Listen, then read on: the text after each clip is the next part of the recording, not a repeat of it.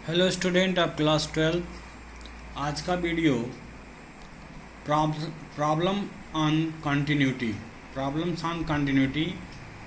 और हम इसके पिछले वीडियो में हमने कंटिन्यूटी एंड डिफरेंशियल चैप्टर में कंटिन्यूअस फंक्शन के बारे में समझाया था कि कोई फंक्शन कैसे कंटिन्यूअस होता है। आज उस पर हम लोग सवाल टेकअप करेंगे। ये बी चैप्टर जो है बोर्ड पॉइंट ऑफ व्यू से बहुत इम्पोर्टेंट है। ख़ास तौर से कंटिन्यूटी से एक क्वेश्चन ज़रूर आता है बोर्ड में, तो इसलिए इस क्वेश्चन पे ज़रा ध्यान देंगे बच्चे। इसलिए और मैं ये सभी विद्यार्थियों को आगाह या सजेस्ट करता हूँ कि ये वीडियो निश्चित रूप से अंत तक देखा जाए, तभी इस वीडियो बनाने का कोई फ़ायदा होगा और तुम अपने चैप्टर को आसानी से समझ सकते हो। तो एक क्वेश्चन, सबसे पहले अगर कोई फंक्शन दिया गया हो, कोई भी फंक्शन है y is equal to f x,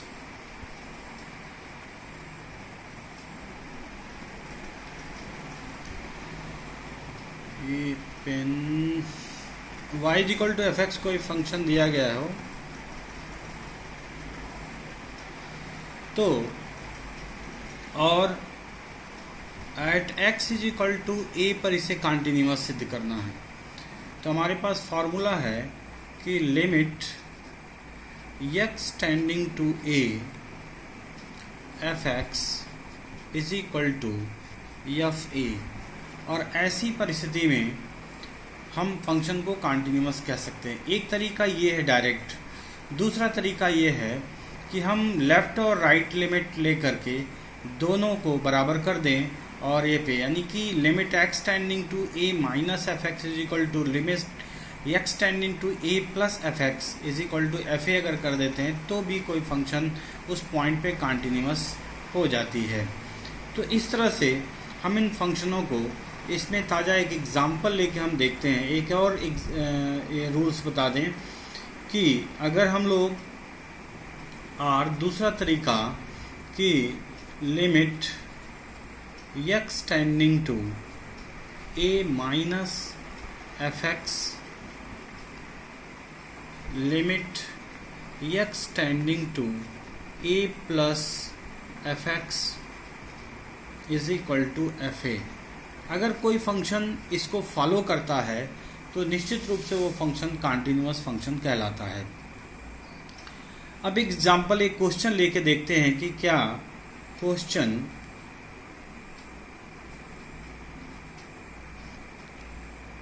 एक क्वेश्चन है, examine the continuity of the function f x is equal to 2x square minus 1, f x is equal to 2x square minus 1 at x is equal to 3, at x is equal to 3।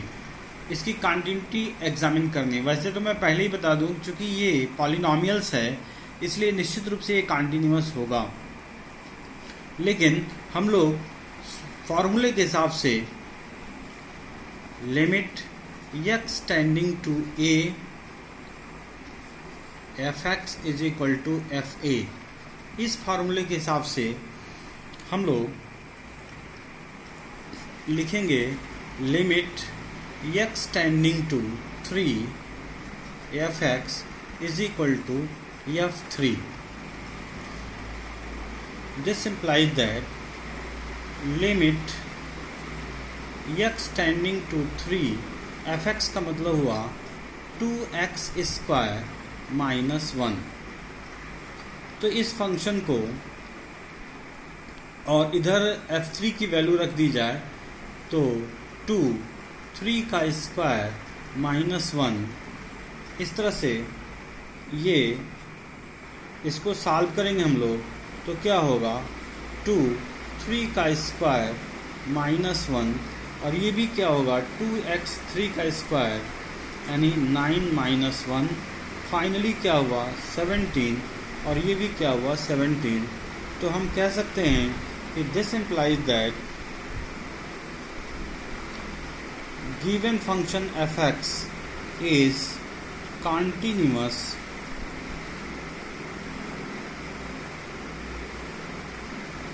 Eight given point x is equal to 3। लेकिन इसका जो दूसरा method है वो मुझे लगता है कि काफ़ी इम्पोर्टेंट है, और उस दूसरे मेथड से हम लोग अगर उसे चलना चाहें तो हम लोग इसको इस प्रकार से दूसरे मेथड पे भी चल सकते हैं। इसी सवाल को देखें, फंक्शन हमारा है f x is equal to 2x square minus 1, और इसे at x is equal to 3 पर चेक करना है। तो सबसे पहले left hand limit at x is equal to 3, इसका मतलब हुआ कि limit x tending to 3 minus f x is equal to, दूसरा स्टेप हुआ limit h tending to 0 f 3 minus h। तीसरा स्टेप, उसी का अगला स्टेप हुआ कि लिमिट h टेंडिंग टू 0, ये f 3 माइनस h कहाँ रखेंगे, x की वैल्यू है 2x स्क्वायर माइनस 1, तो x की जगह पर हम लोग 3 माइनस h रखेंगे, तो 3 माइनस h का होल स्क्वायर माइनस 1। इस तरह से इसका अगला स्टेप होगा लिमिट h टेंडिंग टू 0 2, और इसको होल स्क्वायर कर देंगे तो 9 plus h square minus 6h minus 1। फिर हम लोग सॉल्व करके एक लाइन और सॉल्व करते हैं, लिमिट h टेंडिंग टू 0 2, और ये होगा 9, कुछ जोड़ना घटाना नहीं है, plus h square minus 6h minus 1, और लिमिट अप्लाई कर दिया जाए। तो लिमिट अप्लाई करेंगे तो क्या होगा, 2 बाहर है और 9 प्लस 0 का स्क्वायर माइनस 6 इंटू 0 माइनस 1, तो फाइनल होगा ये 2, बाकी सब 0 हो जाएगा, 9 इंटू 9 माइनस 1, तो ये होगा 18 माइनस 1 इज इक्वल टू 17। ये हुआ लेफ्ट लिमिट। अब हम इसे राइट लिमिट पे चलते हैं। R H L at x is equal to 3, तो फिर लिखते हैं limit x tending to 3 plus f x, या limit h tending to 0 f 3 plus h। यही काम फिर से करेंगे हम लोग। फंक्शन है limit h tending to 0, function हमारा 2x स्क्वायर माइनस 1 है, तो 2 ब्रैकेट में फंक्शन एक बार देख लिया, 2x स्क्वायर माइनस 1, तो x की जगह पे हम लोग लिखेंगे 3 प्लस h का whole square minus 1। Finally limit h tending to 0 2, इसका होल स्क्वायर करेंगे तो ये होगा 9 plus h square plus 6h, और ब्रैकेट बंद माइनस 1, लिमिट अप्लाई कर देंगे तो फिर से वही मिलेगा हम लोगों को कि 2 इंटू 9 माइनस 1 इक्वल टू 17। इस तरह से हम देखें तो लेफ़्ट और राइट दोनों लिमिट इक्वल हो गया, और हम लोग f3 भी निकाल सकते हैं। फंक्शन की वैल्यू f3 का मतलब हुआ 2 3 का स्क्वायर माइनस 1, अर्थात 2 इंटू 9 माइनस 1, ये भी 17 हो गया। तो इस तरह हम आसानी से कह सकते हैं कि left hand limit is equal to right hand limit is equal to f3, और ये तीनों इक्वल है 17 के equal. This implies that the given function is continuous at x is equal to 3। ये हमारा सवाल हो गया। जिस तरह से पूरा विस्तार पूर्वक लगाया जा सकता है, और डायरेक्ट जो पहला मेथड हमने बताया है उस तरह भी लगाया जा सकता है। इसलिए हम विद्यार्थियों को सजेस्ट करेंगे कि जो मेथड तुम्हें ज़्यादा आसान लगे उस मेथड का प्रयोग करो और सवाल को आसानी से लगा लो। अब दूसरे सवाल को देखते हैं। दूसरा सवाल, अगला सवाल है हमारा कि कोई भी फंक्शन, जैसे अगला सवाल क्वेश्चन नंबर 3 है 5.1 का, ये मिटा देते हैं।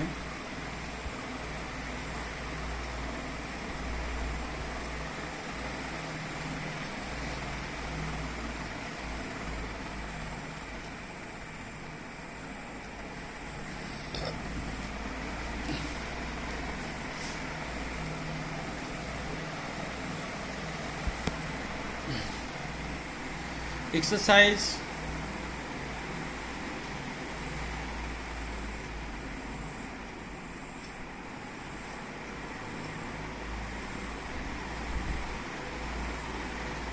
5.1 का question number 3।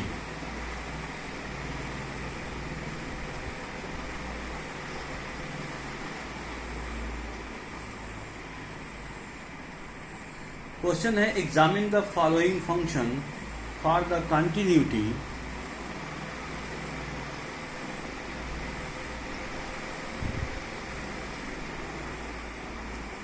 examine the following function for the continuity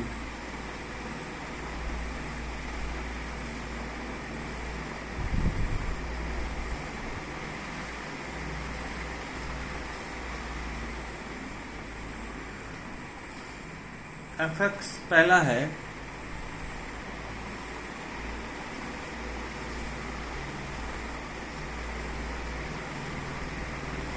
x minus 5 और दूसरा क्वेश्चन है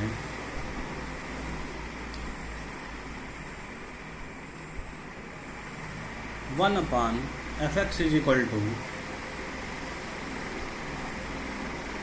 1 upon x minus 5।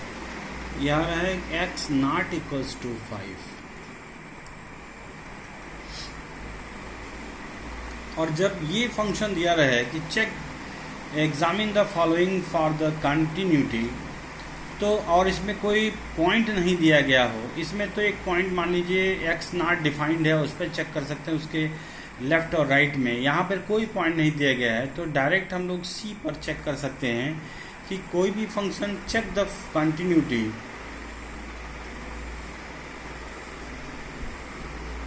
check the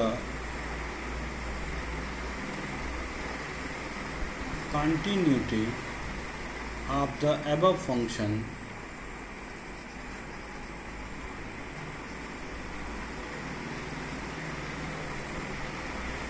at x is equal to c। तो पहला जो पॉइंट होगा, पहले का जो सॉल्यूशन होगा, स्टार्ट ही करेंगे हम लोग कि limit x tending to c fx, तो ये होगा limit x tending to c fx का मतलब x माइनस 5, तो फाइनली क्या हुआ c माइनस 5। और उसी तरह से fc निकाल लेंगे तो ये भी c माइनस 5 हो गया।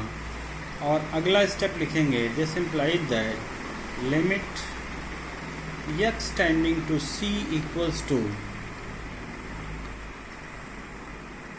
fx is equal to fc। This also implies that the given function is continuous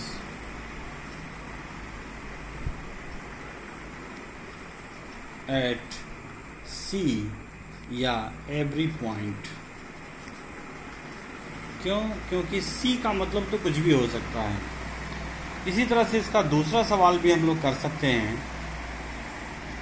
question number 2,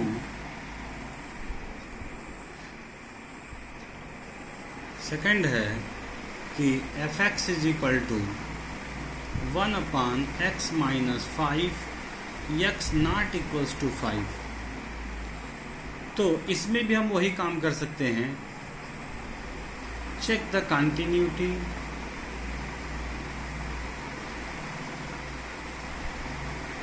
eight x is equal to सी।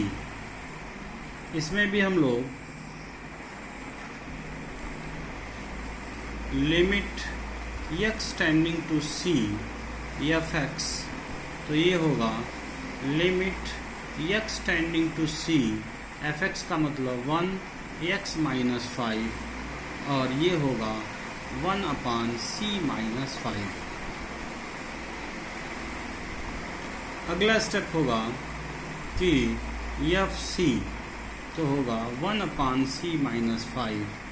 इस तरह से हम आसानी से कह सकते हैं कि limit x tending to c f x is equal to क्या है, f c. This implies that the given function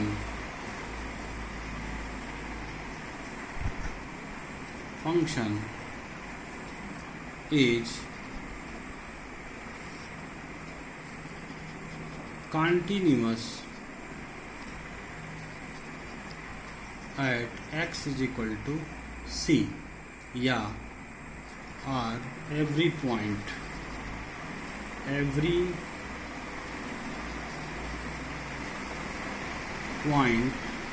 except x is equal to 5। इस तरह से हम आसानी से ये कह सकते हैं कि ये फंक्शन कंटिन्यूअस है और चेक भी किया जा सकता है इसको। अगला सवाल एक सवाल और लेते हैं जिससे हम लोग इस एक्सरसाइज के कुछ और अच्छे चुनिंदे सवालों को देख सकते हैं। Find the all points of discontinuity, question दिया रहेगा। क्वेश्चन नंबर है 6।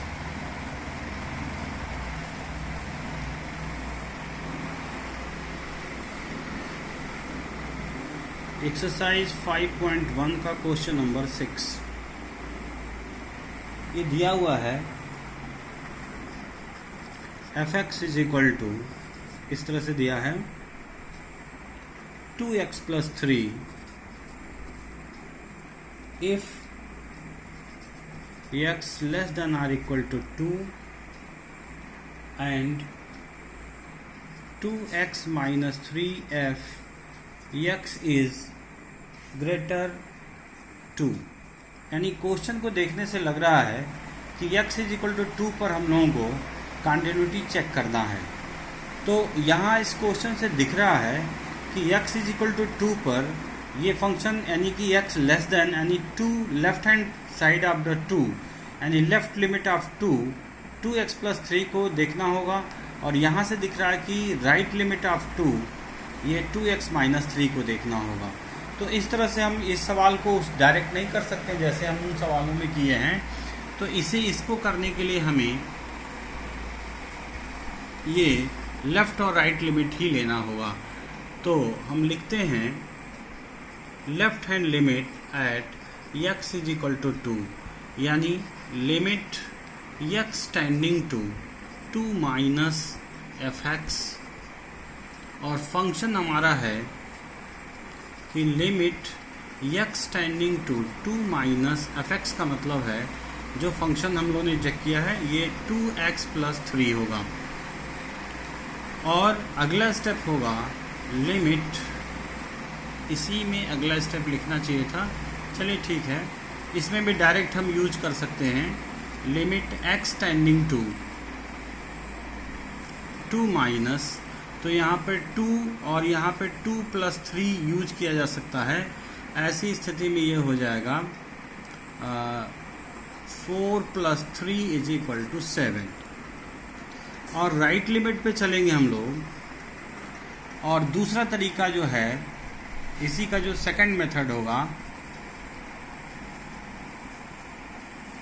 जो हम इस तरह स्टार्ट कर सकते हैं कि limit x tending to 2 minus f x, ये होगा अगला step limit x tending to 0 f 2 minus h, और ये फंक्शन होगा,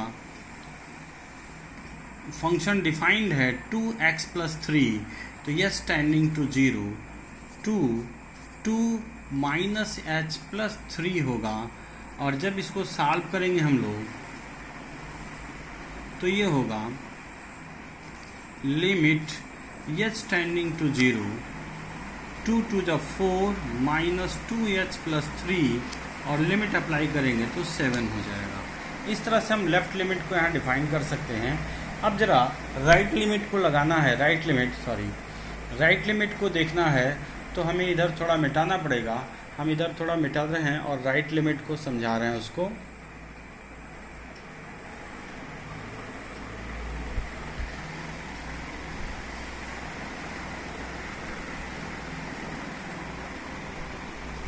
अगला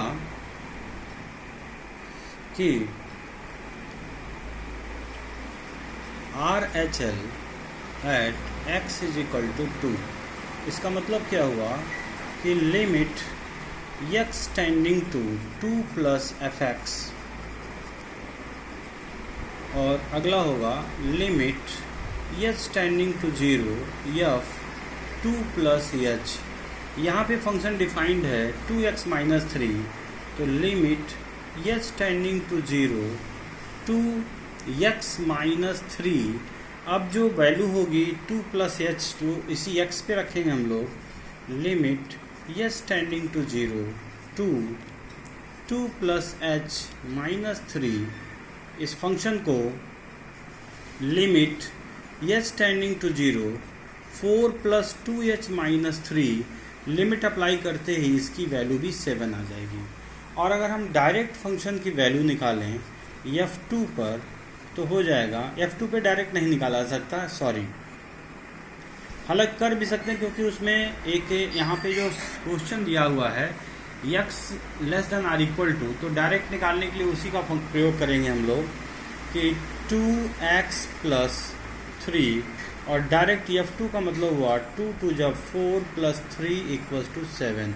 इसलिए हम कह सकते हैं कि left limit at x is equal to 2 equals to right hand limit at x is equal to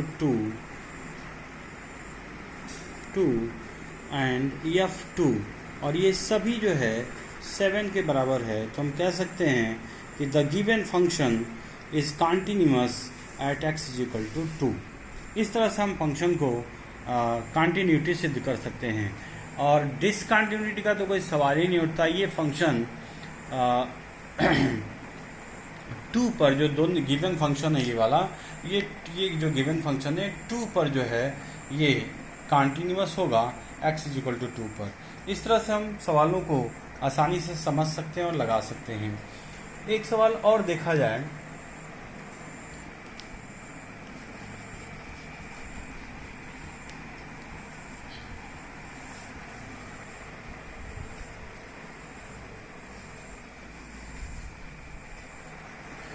एक क्वेश्चन मैं समझाता हूँ।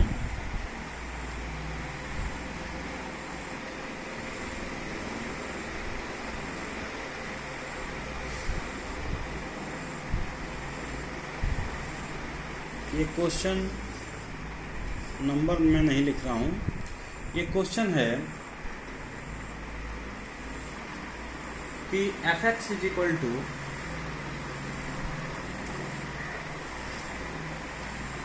fx is equal to mod x plus 3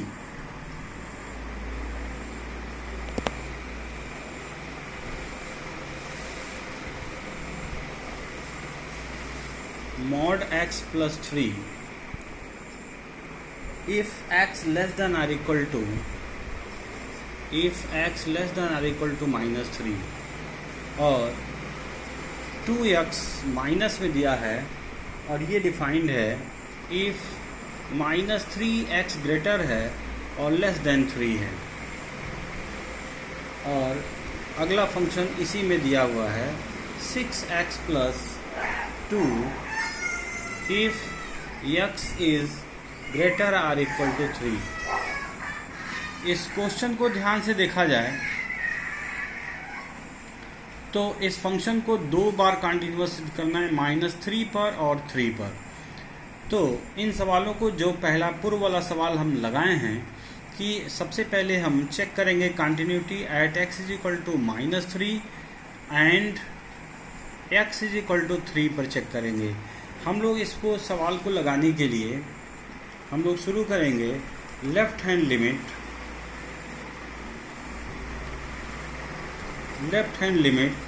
at x is equal to -3 and right hand limit at x is equal to -3। दोनों function को एक बार जब हम left की बात करेंगे तो mod x प्लस 3 यूज होगा और राइट की बात करेंगे तो -2 यूज किया जाएगा इस सवाल के लिए। यानी यहाँ पे हम फंक्शन यूज करेंगे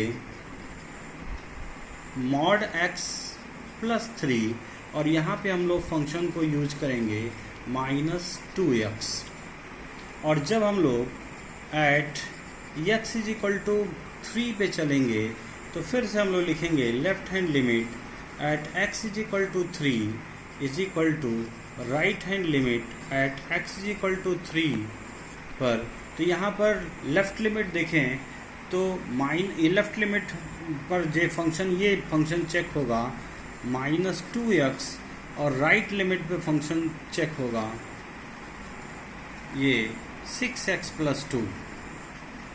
इस तरह से जो हम पूर्व सवालों को लगाए हैं हम सवालों को आसानी से आगे की तरफ ले जाएंगे और इस फंक्शन को चेक कर लेंगे कि ये फंक्शन कॉन्टिन्यूअस है या नहीं है।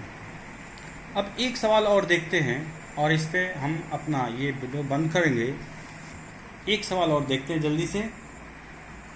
एक फंक्शन और है, एक क्वेश्चन और है, उसे फंक्शन ही कहा जाए कि f(x) इज इक्वल टू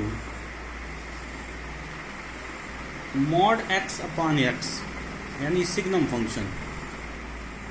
और ये है if x not equals to 0 और ये कह रहा है कि if x is equal to 0 तो ये फंक्शन 0 है। इस फंक्शन को कंटिन्यूअस सिद्ध करने के लिए हमें x इज इक्वल टू 0 पे चेक करना होगा। तो हम फंक्शन को जल्दी से चेक कर लेते हैं।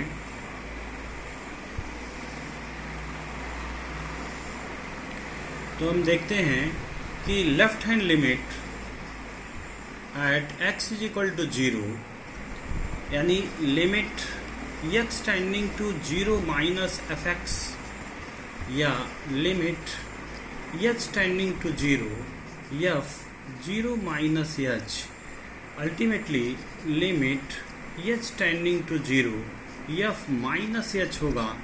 और हमें फंक्शन एक ही तरह से एक ही फंक्शन है तो limit h tending to 0 mod x यानी mod minus h upon minus h।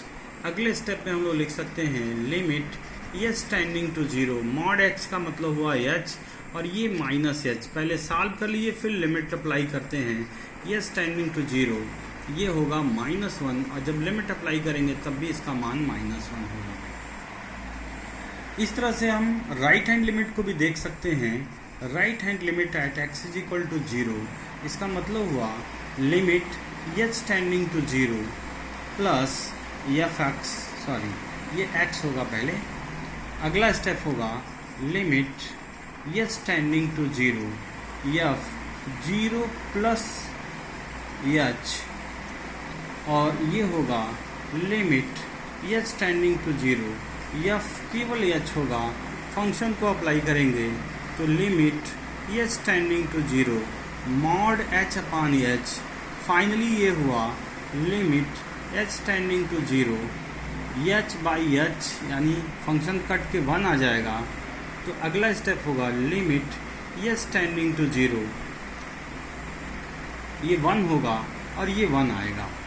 लेकिन जैसे ही हम लोग fx इज इक्वल टू 0 पे चेक करते हैं तो इसकी वैल्यू 0 क्योंकि फंक्शन में यही मान दिया हुआ है। यहाँ पे सवाल देखें x इज इक्वल टू 0 पर इसकी वैल्यू 0 हो जाती है।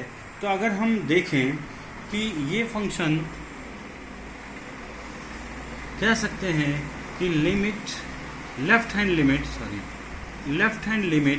Eight x is equal to 0 is equal to right hand limit at x is equal to 0 and not equals to f0। तो ये फंक्शन 0 पर जहाँ 0 होगा वो कंटिन्यूअस नहीं क्योंकि हम जानते हैं कि ये सिग्नम फंक्शन है और एक लेफ़्ट और राइट तो लगभग ये बराबर हो जाएंगे, लेकिन अब जीरो की बात करेंगे यानी ये फंक्शन जीरो कॉन्टीन्यूअस नहीं होगा at x is equal to zero पर। इस तरह से हम सिग्नम फंक्शन को डिफाइन कर सकते हैं कि वो कॉन्टीन्यूअस, क्योंकि आप जानते हैं कि सिग्नम फंक्शन हमेशा ऐसे होता है और ऐसे होता है। बीच में ये जो गैपिंग दिखाई देती है ये x is equal to zero पे ये जीरो हो जाएगा, और ये गैप जो दिखता है इसकी वजह से क्लियर है कि ये कॉन्टीन्यूअस एवरीवेयर कॉन्टीन्यूअस नहीं होता है। हम बच्चों से अपील करेंगे कि ये एक्सरसाइज समझ में आया होगा, और अब ज़्यादा समय हो रहा, समय की वैधता या पाबंदी है कि हम ज़्यादा बड़ा वीडियो नहीं बना सकते, इसलिए अब इसे हम यहीं पे बंद करते हैं। अगले वीडियो में कुछ और सवालों को देखा जाएगा कॉन्टिन्यूटी का। Thank you.